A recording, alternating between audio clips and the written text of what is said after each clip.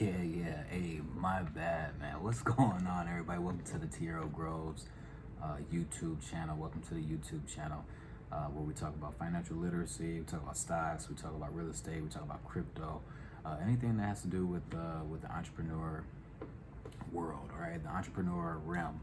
Let me plug my laptop in because it's about to be a little low here. My bad, man. Appreciate everyone for tuning in. If you're just tuning in, if you're new to the channel, man, make sure you guys subscribe, like the videos.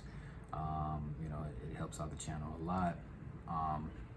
And yeah, man, I've been slacking on reading, so I'm reading Rich Dad Poor Dad. If you've been following the podcast YouTube channel, you know what chapter I'm on, what we've been reading, and I've been slacking. This book is really, but anyway, I'm a do a review of the book after I get done reading it. I think I'm on the last chapter anyway, chapter 8. Where's there chapter 9? Anyway, so let's get into it. Might as well just get started. But once again, if you're new to the channel, follow the channel, like the videos. If you guys like the content, if you guys like the books that I'm reading, if you guys have any suggestions on what books I should read, put them in the comments. All right, send them to me. Link is in the bio if you want to reach me on my social media platforms, Instagram, Facebook, whatever, Twitter, all that good stuff, man. Follow me. All right, let's get into it. Let's read this book. All right, so chapter 8, getting started, page 279. There is gold everywhere. Most people are not trained to see it. All right, starting the paragraph here. I wish I could say acquiring wealth was easy for me, but it wasn't. So in response to the question, how do I start? I offer the thought process I go through on a day-to-day basis. It really is easy to find great deals. I promise you that. It's just like riding a bike. After a little wobbling, it's a piece of cake. But when it comes to money, it takes determination to get through the wobbling. That's the personal thing. To find million-dollar deals of a lifetime requires us to call on our financial genius. I believe that each of us has a financial genius within us. The problem is that our financial genius lies asleep, waiting to be called upon. It lies asleep because our culture has educated us into believing that the love of money is the root of all evil. It has encouraged us to learn a profession so we can work for money, but failed to teach us how to have money work for us. It taught us not to worry about financial future because our company or the government will take care of us when our working days are over. However, it is our children educated in the same school system who will end up paying for all of this absence of financial education. The message is still to work hard, earn money, and spend it. And when we run short, we can always borrow more. Unfortunately, 90% of the Western world subscribes to the above dogma simply because it's easier to find a job and work for money. If you are not one of the masses, I offer you the following 10 steps to awaken your financial genius. I simply offer you the steps I have personally followed. If you want to follow some of them, great. If you don't, make up your own. Your financial genius is smart enough to develop its own list. While in Peru, I asked a gold miner of 45 years how he was so confident about finding a gold mine. He replied, there is gold everywhere. Most people are not trained to see it. And I would say that is true. In real estate, I can go out and in a day come up with 4 or 5 great potential deals, while the average person will go out and find nothing, even looking in the same neighborhood. The reason is that they have not taken the time to develop their financial genius. I offer you the following 10 steps as a process to develop your God-given powers over which only you have control. Number 1, find a reason greater than reality, the power of spirit. If you ask most people if they would like to be rich or financially free, they will say yes. But then reality sets in. The road seems too long with too many hills to climb. It's easier just to work for money and hand the access over to your broker. I once met a young woman who had dreams of swimming for the U.S. Olympic team. The reality was that she had to get up every morning at 4 o'clock to swim for 3 hours before going to school. She did not party with her friends on Saturday night. She had to study and keep her grades up just like everyone else. When I asked her what fueled her superhuman ambition and sacrifice, she simply said, I do it for myself and the people I love. It's love that gets me over the hurdles and sacrifices. A reason or a purpose is a combination of wants and don't wants. When people ask me what my reason for wanting to be rich is, I tell them that it is a combination of deep emotional wants and don't wants. I will list a few. First, the don't wants, for they create the wants. I don't want to work all my life. I don't want what my parents aspired for, which was job security and a house in the suburbs. I don't like being an employee. I hated that my dad always missed my football games because he was so busy working on his career. I hated it when my dad worked hard all his life and the government took most of what he worked for at his death. He could not even pass on what he worked so hard for when he died. The rich don't do that. They work hard and pass it on to their children. Now the wants. I want to be free to travel the world and live in the lifestyle I love. I want to be young when I do this. I want to simply be free. I want to control over my time and my life. I want money to work for me. Those are my deep-seated emotional reasons. What are yours? If they are not strong enough, then the reality of the road ahead may be greater than your reasons. I have lost money and been set back many times, but it was the deep emotional reasons that kept me standing up and going forward. I wanted to be free by the age 40, but it took me until I was 47, with many learning experiences along the way. As I said, I wish I could say it was easy. It wasn't. It was harder than hard either. But it wasn't that hard either. I learned that without a strong reason or purpose, anything in life is hard. If you do not have a strong reason, there is no sense reading further. It will sound like too much work. Number 2, make daily choices. The power of choice. Choice is the main reason people want to live in a free country. We want the power to choose. Financially, with every dollar good we get in our hands, we hold the power to choose our future, to be rich, poor, or middle class. Our spending habits reflects who we are. Poor people simply have poor spending habits. The benefit I had as a boy was that I loved playing Monopoly constantly. Nobody told me Monopoly was only for kids, so I just kept playing the game as an adult. I also had a rich dad who pointed out to me the difference between an asset and a liability. So a long time ago, as a little boy, I chose to be rich, and I knew that all I had to do was learn to acquire assets, real assets. My best friend, Mike, had an asset column handed to him, but he still had to choose to learn to keep it. Many rich families lose their assets in the next generation simply because there was no one trained to be a good steward over their assets. Most people choose not to be rich. For 90% of the population, being rich is too much of a hassle. So they invent sayings that go, I'm not interested in money. I'll never be rich. I don't have to worry. I'm still young.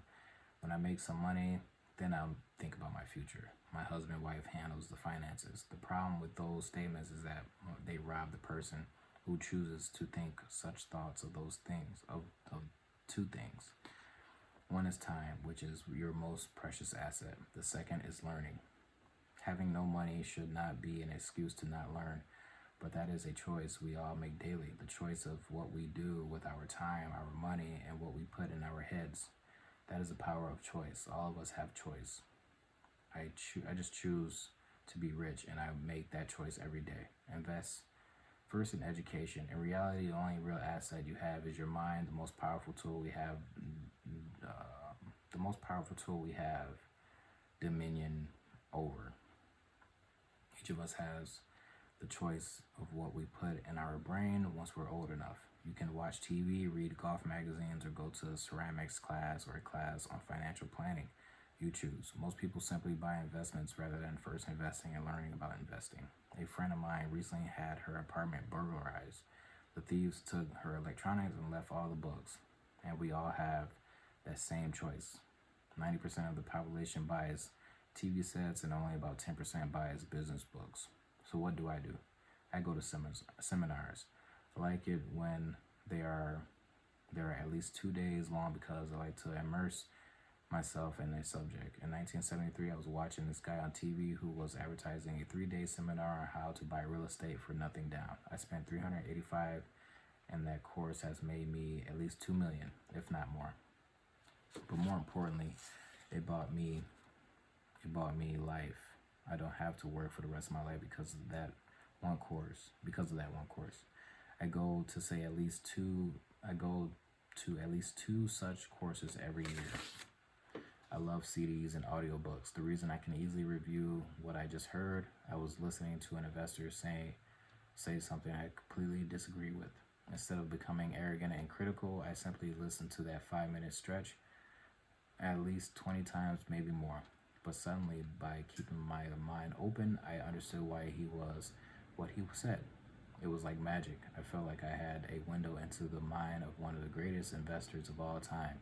I gained tremendous insight into the vast resources of his education and experience. The net result, I still have the old way I used to think, and I now have a new way of looking at the same problem or situation. I have two ways to analyze a problem or a trend, and that is priceless. Today I often say, how would Donald Trump do this, or Warren Buffett, or George Soros? The only way I can access their vast mental power is to be humble enough to read or listen to what they have to say. Arrogant or critical people are often people with low self-esteem who are afraid of taking risks.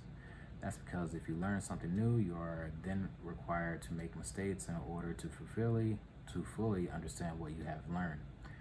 If you have read this far, arrogance is not one of your problems. Arrogant people rarely read or listen to experts. Why should they? They are the center of the universe. There are so many intelligent people who argue or defend when a new idea clashes with the way they think. In this case, their so-called intelligence combined with arrogance equals ignorance. Each of us knows people who are highly educated or believe they are smart, but their balance sheet paints a different picture. A truly intelligent person welcomes new ideas, for new ideas can add to its synergy of other accumulated ideas. Listening is more important than talking, If that were not true, God would not have given us 2 ears and only 1 mouth. Too many people think with their mouth instead of listening in order to absorb new ideas and possibilities. They argue instead of asking questions. I take a long view on my wealth. I do not subscribe to the get-rich-quick mentality most lottery players or casino gamblers have. I may go in and out of stocks, but I am long on education. If you want to fly an airplane, I advise taking lessons first. I am always shocked at people who buy stocks or real estate but never invest in their greatest asset, their mind. Just because you bought a house or 2 does not make you an expert in real estate. Number 3, choose friends carefully, the power of association. First of all, I do not choose my friends by their financial statements. I have friends who have actually taken a vow of poverty, as well as friends who earn millions every year. The point is that I learned from all of them. Now I will admit that there are people I have actually sought out because they had money, but I was not after their money. I was seeking their knowledge. In some cases, those people who had money have become dear friends. I've noticed that my friends with money talk about money. They don't do it to brag, they're interested in the subject. So I learn from them and they learn from me. My friends who are in dire financial straits do not like talking about money, business, or investing. They often think it's rude or unintellectual. So I also learn from my friends who struggle financially. I find out what not to do. I have several friends who have generated over $1 billion in their short lifetimes. The 3 of them report the same phenomena. Their friends who have no money have never come to them to ask them how they did it, but they do come asking for one of the 2 things, or both, a loan or a job. Warning. He has a warning in it. Alright, so it says, don't listen to poor or frightened people. I have such friends, and while I love them dearly, they are the chicken littles of life. To them, when it comes to money, especially investments, it's always the sky is falling. They can always tell you why something won't work. The problem is that people listen to them. But people who blindly accept doom and gloom information are also chicken littles. And as that old saying goes, birds of a feather flock together. If you watch business channels on TV, They often have a panel of so-called experts. One expert will say the market is going to crash, and the other will say it's going to boom. If you're smart, you listen to both. Keep your mind open because both have valid points. Unfortunately, most poor people listen to Chicken Little. I have many close friends try to talk to me out of a deal or an investment. Not long ago, a friend told me he was excited because he found a 6% certificate of deposit. I told him I earned 16% from the state government. The next day, he sent me an article about why my investment was dangerous. I have received 16% for years now, and he still receives 6%. I would say that one of the hardest things about wealth building is to be true to yourself and to be willing to not go along with the crowd. That is because in the market, it is usually the crowd that shows up late that is slaughtered. If a great deal is on the front page, it's too late in most instances. Look for a new deal. As we used to say as surfers, there is always another wave. People who hurry and catch a wave late usually are the ones who wipe out. Smart investors don't time the markets. If they miss a wave, they search for the next one and get themselves in position. This is hard for most investors because buying what is not popular is frightening. Timid investors are like sheep going along with the crowd, or they greed gets them in when wise investors have already taken their profits and moved on. Wise investors buy an investment when it's not popular. They know their profits are made when they buy, not when they sell. They wait patiently. As I said, they do not time the market. Just like a surfer, they get in position for the next big swell. It's all inside trading. These are forms of insider trading that are illegal, and there are forms of insider trading that are legal. But either way, it's insider trading. The only distinction is how far away from the inside are you. The reason you want to have rich friends is because that is where the money is made. It's made on information. You want to hear about the next boom. Get in and get out before the next bust. I'm not saying do it illegally, but the sooner you know, the better your chances are for profits with minimal risk. That is what friends are for, and that is financial intelligence. Number 4. Good stuff. This is really, really good stuff. Hate to say it, but I feel like I already heard some of this stuff just from other people, I guess, like influencers and, talking about the same stuff. But this book has been around for years, right? 20 years. But yeah, continuing on. Number 4, master a formula and then learn a new one. The power of learning quickly. In order to make bread, every baker follows a recipe, even if it's only held in their head. The same is true for making money. Most of us have heard the saying, you are what you eat. I have a different slant. I say you become what you study. In other words, be careful what you learn because your mind is so powerful that you become what you put into your head. For example, if you study cooking, you then tend to cook. If you don't want to be a cook anymore, then you need to study something else. When it comes to money, the masses generally have one basic formula they learn in school, and it's this: work for money. The predominant formula I see in the world is that every day millions of people get up, go to work, earn money, pays bills, balance checkbooks, buy some mutual funds, and go back to work. This is the basic formula or recipe. If you're tired of what you're doing or not making enough, it's simply a case of changing the formula via which you make money. Years ago, when I was 26, I took a weekend class called How to Buy Real Estate Foreclosures. I learned a formula. The next trick was to have the discipline to actually put into action what I had learned. That is where most people stop. For 3 years while working for Xerox, I spent my spare time learning to master the art of buying foreclosures. I've made several $1 million using that formula. So after I mastered that formula, I went in search of other formulas. For many of the classes, I did not directly use the information I learned, but I always learned something new. I have attended classes designed for derivative traders, commodity option traders, and chaologists. I was way out of my league, being in a room full of people with doctorates in nuclear physics and space science. Yet I learned a lot that made my stock and real estate investing more meaningful and lucrative. Most junior colleges and community colleges have classes on financial planning and buying traditional investments. They are good places to start, but I always search for a faster formula. That is why, on a fairly regular basis, I make more in a day than many people will make in their lifetime. Another side note, in today's fast changing world, it's not so much what you know anymore that counts, because often what you know is old. It is how fast you learn. That skill is priceless. It's priceless in finding faster formulas, recipes, if you will, for making dough. Working hard for money is an old formula born in the day of cavemen. Number 5, pay yourself first, the power of self-discipline. If you cannot get control of yourself, do not try to get rich. It makes no sense to invest, make money, and blow it. It is the lack of self-discipline that causes most lottery winners to go broke soon after winning millions. It is the lack of self-discipline that causes people who get a raise to immediately go out and buy a new car or take a cruise.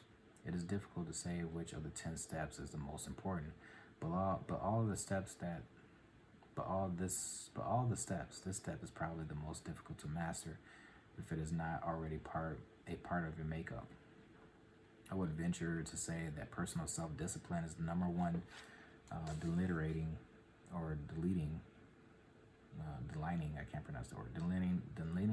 factor between the rich, the poor, and the middle class. Simply put, people who have low self-esteem and low tolerance for financial pressure can never be rich. As I have said, a lesson learned from my rich dad was that the world will push you around. The world pushes people around, not because other people are bullies, but because the individual lack internal control and discipline. People who lack internal fortitude often become victims of those who have self-discipline. In the entrepreneur class I teach, I constantly remind people to not focus on their product, service, or widget, but to focus on developing management skills. The 3 most important management skills necessary to start your own business are management of cash flow, people, and personal time.